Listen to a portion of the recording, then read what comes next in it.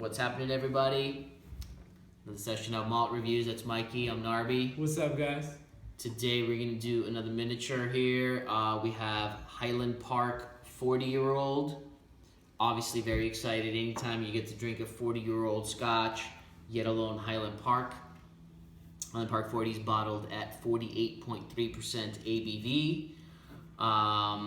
And to be honest with you, I'm very glad there's some liquid left in the glass. This has been airing out for about 40-45 minutes now. We did record the review, didn't finish it, thank God, and something happened where it didn't finish recording in the middle of it, so we're recording it again. But anyways, that's why mine is so tiny. The color on this whiskey is a nice, full golden, beautiful color. Bottled at 48.3% ABV. We've done majority of the Highland Park range along with a couple other special releases. We haven't done the 30-year-old, but the 12, the 18, 21, and 25. And now, very lucky to try the 40-year-old here as well. On the nose. The nose, as we've been nosing it for a while, the nose is so luscious and luxurious, and my favorite part, so oily. Lemon oil and orange oil, or like as if you have the peel of the lemon or orange, and when you kind of squeeze it over a cocktail, it leaves your fingers coated with that oil. And when you smell your fingers, it's just such a sweet, delicious, oily flavor, and it's just got that kind of feel to this whiskey. Lots of citrus fruits along with just tropical fruits as well. It's got an almond paste and kind of feel to it, along with smoky peatiness to it as well. Very, very luxurious and luscious. The peatiness is not very different, but a little bit different from the other range of the Highland Park. So you definitely got the smoky Highland Parkness, but it's a little bit more salty and peaty compared to the rest of the range. Absolutely, yeah. It's a little more like on the sea spray, island sand, coastal side for sure. Than the other bit of the range, I get a lot of sweet lemon buttercream pastries, both nose and even palate, and going all the way back. And then I get those gooey apricots. I get some nice cinnamon, and I get quite a bit of smoke. And I really didn't expect it.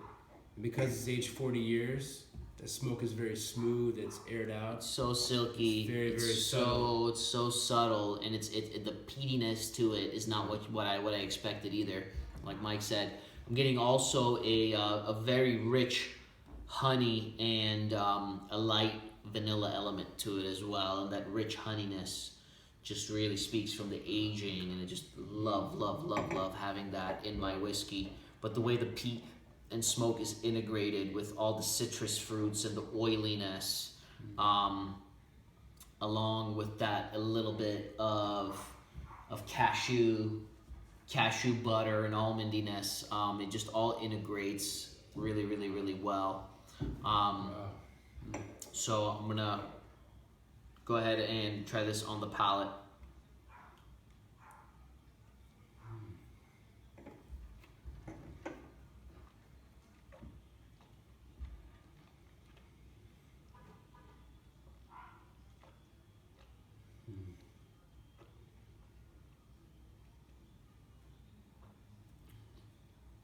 Oh, I'm telling you, this is my third sip having this.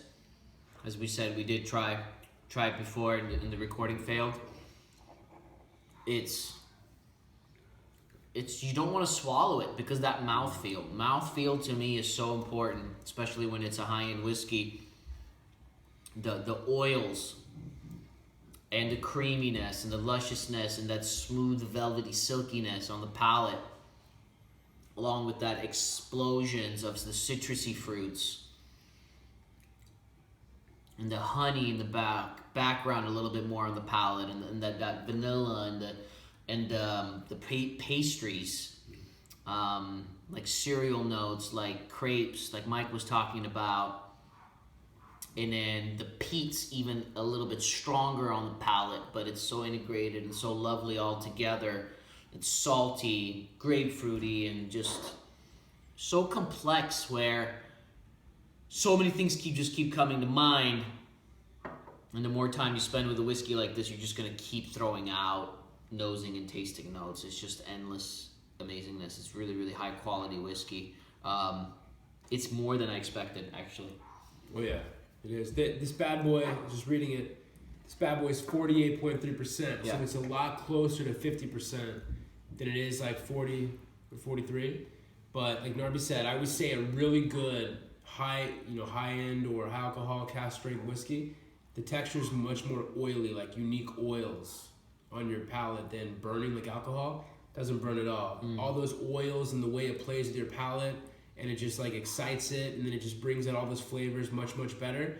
It's such a good point. Yeah, you cannot want to change the mouthfeel of this whiskey, which is why I would not add water to this whiskey. Absolutely. If we were playing with a full size bottle, maybe we'd try it, but no way. It's just so it's so beautiful the way it is. It's just meant to stay that way. So Absolutely. So, anyways, how would you score this whiskey, Mike? I give it 94. Strong 94. Yeah, same here, you guys. 94 out of 100. Highland Park 40, an amazing treat. And we'll see you guys later for another Malt review. Cheers. Cheers.